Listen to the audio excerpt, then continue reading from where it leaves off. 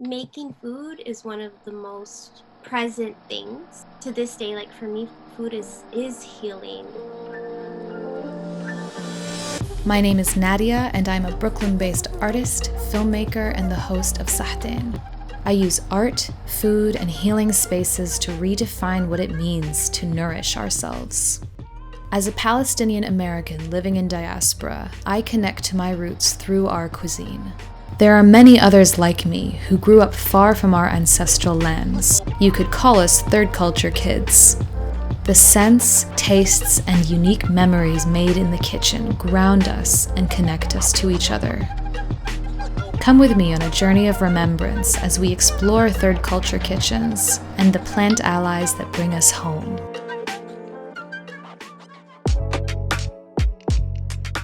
Pomegranates are a sacred fruit that symbolize life, vitality, and fertility. They require patience and presence to access their beauty and wisdom.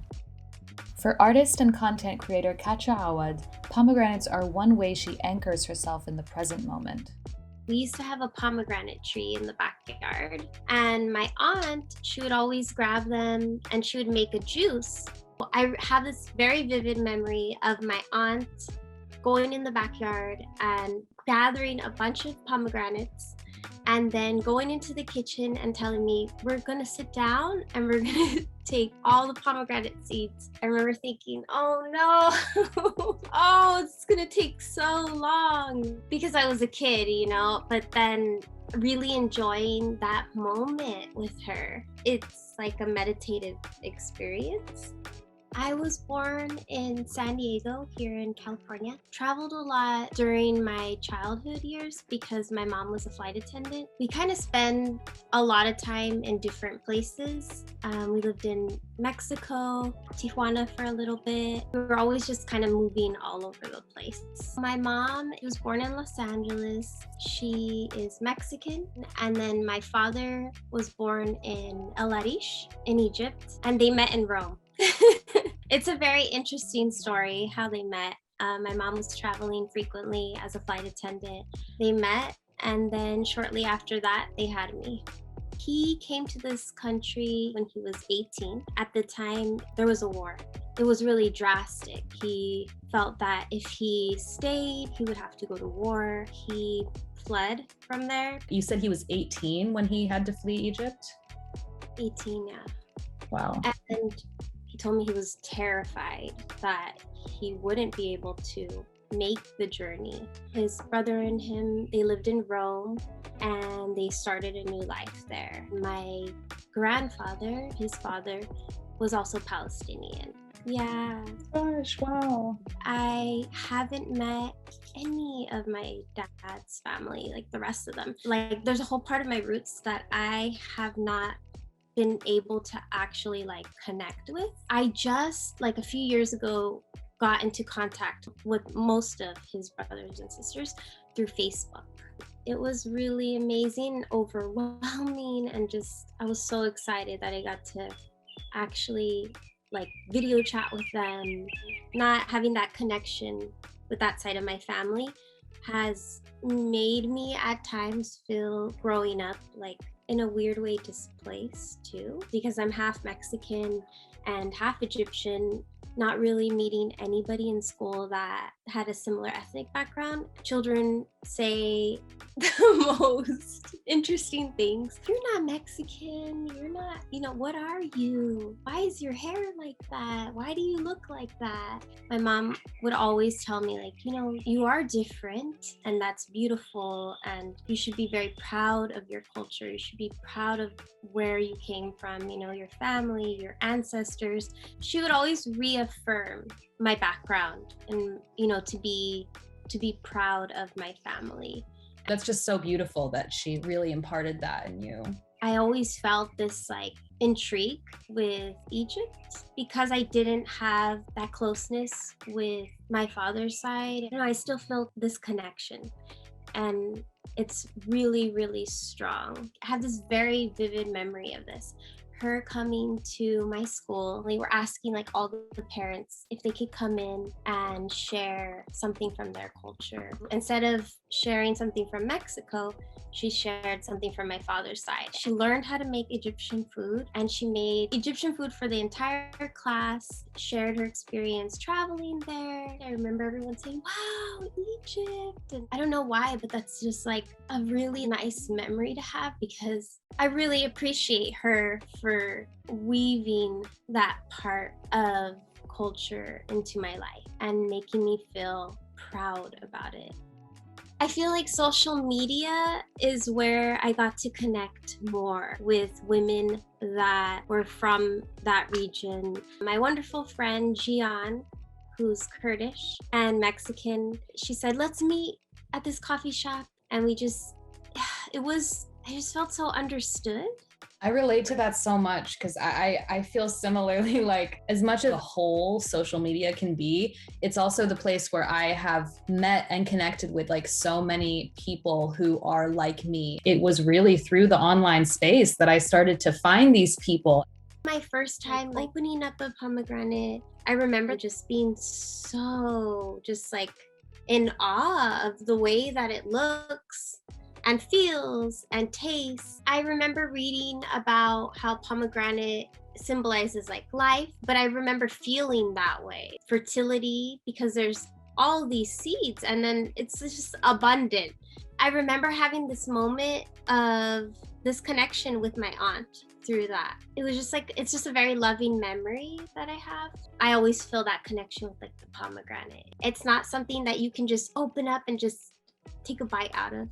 You literally have to be present because you have to take the layers off and then separate all the seeds. I feel like it's a grounding fruit. I know it's like a very sacred fruit. Pomegranates are this unique kind of like tangy sweetness that is like a secret ingredient I'm finding in a lot of things. It's often this kind of secret but very vital ingredient.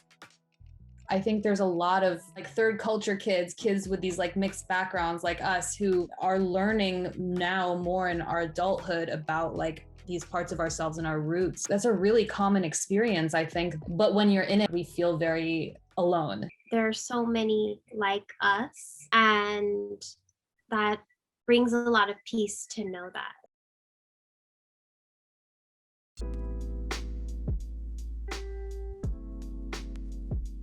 Ahlan wa sahlan bikum, and welcome back to our kitchen and our beautiful series exploring the ingredients of our roots. Today we are exploring pomegranate molasses. Pomegranate molasses comes from our dear friend the pomegranate, and many of us may have memories of going to our grandparents' garden and getting a fresh ripe pomegranate, pulling it off the tree and eating the seeds right out of the inside of the fruit. It is such a special, special fruit. And today we're going to be working with it in this form. So pomegranate molasses is made using pomegranate juice that has been reduced down with or without sugar until it becomes this thick, tangy syrup.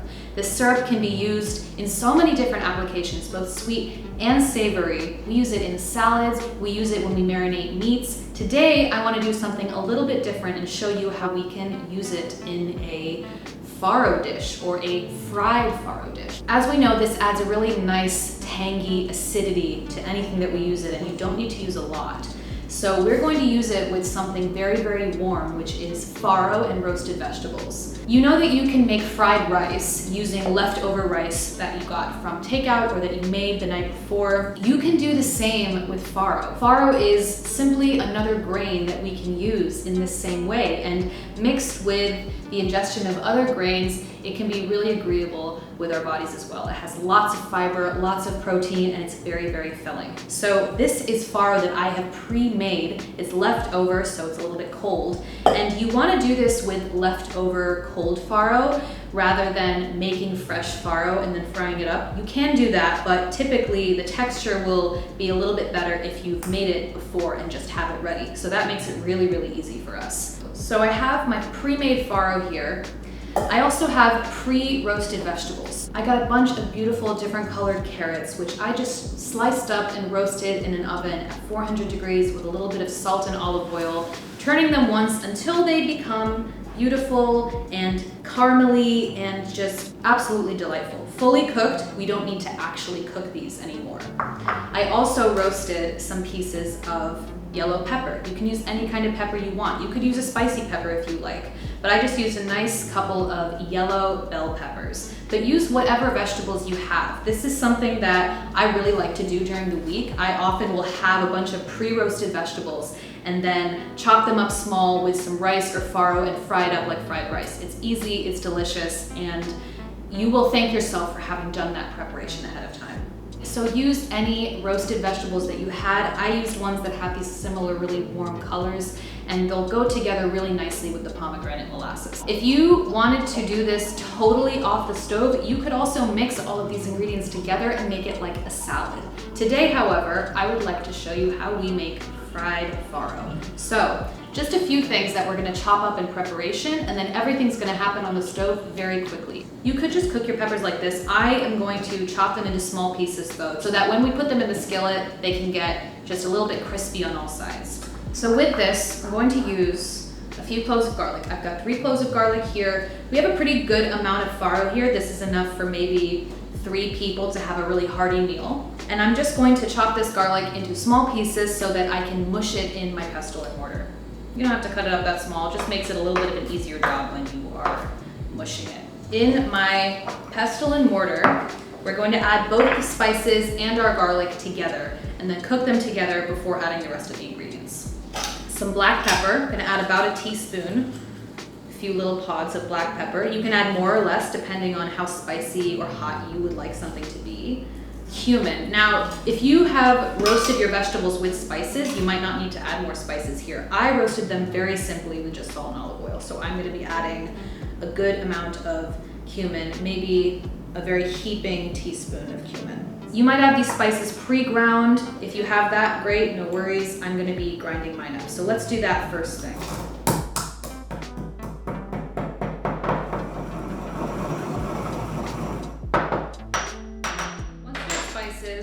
Are fully ground up to your liking, we can add in our garlic. So I'm just gonna put the garlic straight in here with the spices. And I'm also gonna add a pinch of salt because the salt helps to draw out the moisture from the garlic and make it into a paste a little bit more easily. I'm also gonna add a little tiny drizzle of olive oil. You really don't need much of this. You don't want it to splash around.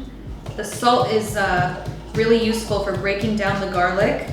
And the whole spices that have been ground up will also add a little bit more friction so that that garlic really mushes and becomes a paste. That looks so good and it smells fantastic. I have some scallions, which we're going to be using to garnish this dish. So I'm just gonna chop them up now ahead of time. You could also do this the Arabic mother way and just eat the green onions straight next to your dish. Such a good snack, honestly. I just love to eat green onions, straight up. And then if you wanted to add a protein, you could have pre-cooked chicken or chickpeas that you added into this at this point and get that ready. Otherwise, we have everything we need. We can go to the stove and we will start frying this up to plate. Fried farro. First thing we want to do is cook up our aromatics and our garlic. So I have the flame on a medium heat, put a couple tablespoons of olive oil to an already hot pan. Then I'm going to add my spices with my garlic together straight in by themselves. As soon as you start really smelling that garlic and that cumin together, so the next thing we're going to add in is our farro. So this is a really good amount of farro. You can use more or less depending on how much you are cooking for. So this goes right in with the oil. You'll see how, because it's pre-cooked and it's kind of cold and when you break it up, it's really easy for it to go crispy here. So stir it in with all the oils. Let's start warming it up. Quickly stir fry this farro. This is going to very quickly kind of crisp up. Same way you would do with fried rice, you do with farro. Once the farro has started really warming up, we can just add in our vegetables. And you really could do this in either order. You could put the vegetables first if you wanted them to get extra brown. I just really want to warm them up with the farro because they're already so nice. So, peppers and all of our beautiful roasted carrots. And just stir these together and incorporate them. If you had more vegetables, you could make this more veg heavy, less farro. Use the ratios that feel good to you. When we let it sit for just a few seconds, the bottom can start to really crisp up. So that's all we're allowing it to do now. But everything is already cooked. So really this is just a matter of getting it to the texture that you really like. Here you could add in some spinach if you like, or any greens. So once everything feels nice and incorporated, you've gotten a few crispy bits of farro on the bottom, everything is warmed through. We can take this off the heat. Beautiful. I cannot tell you how good this smells right now. And now it's about to smell even better with our hero ingredient. So this is our beautiful hero ingredient, the pomegranate molasses. We're gonna put about a tablespoon, maybe a tablespoon and a half in this. This is very strong stuff, so you really don't need a lot of it, but it adds a really subtle complexity to anything that you added in. So just measure it out.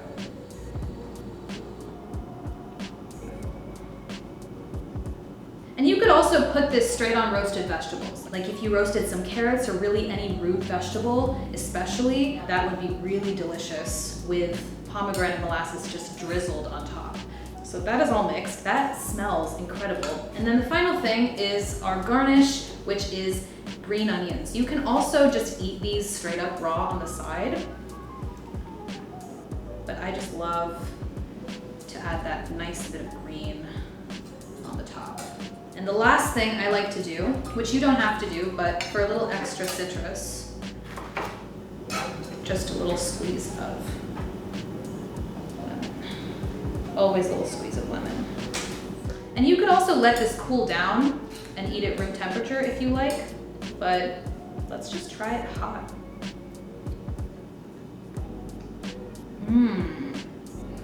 You know, the green onions in this really give it the kick, because there's this sweetness with the carrots and with the pomegranate molasses, all that really tangy flavor, but then it really cuts through with that green onion. So the green onion is definitely very important in my opinion.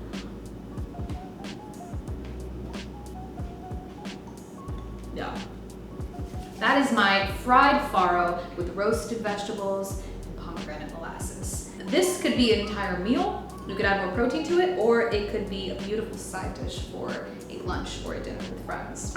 Let us know if you try making this dish or a version of it, and let us know what kind of vegetables you put in or what kind of flavor combinations you can add that really spice this up and give it even more personality. We will see you next time, and al-sahtin.